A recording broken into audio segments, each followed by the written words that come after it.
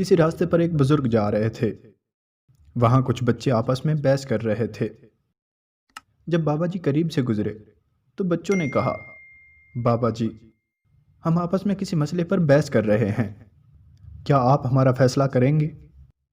بچے نے کہا، ہماری بحث یہ ہے کہ ایک آدمی بڑا نیک ہو، اس کے دل پر اللہ کی خاص نظر رہتی ہے، یا ایک آدمی بڑا گناہ گار ہو، کبھی نیک عمل نہ کیا ہو مگر سچی توبہ کر لے تو اس کے دل پر اللہ کی خاص نظر رہتی ہے۔ تو وہ بزرگ کہنے لگے، بیٹا، میں کوئی عالم تو نہیں، لیکن ایک بات میری سمجھ میں آئی ہے، کیونکہ میں کپڑا بنتا ہوں، میرے پاس کئی قسم کے دھاگے ہوتے ہیں۔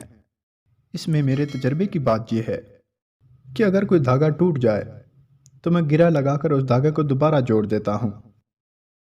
اس کے بعد اس جوڑ پر میری خاص نظر رہتی ہے کہ کہیں وہ دوبارہ ٹوٹ نہ جائے۔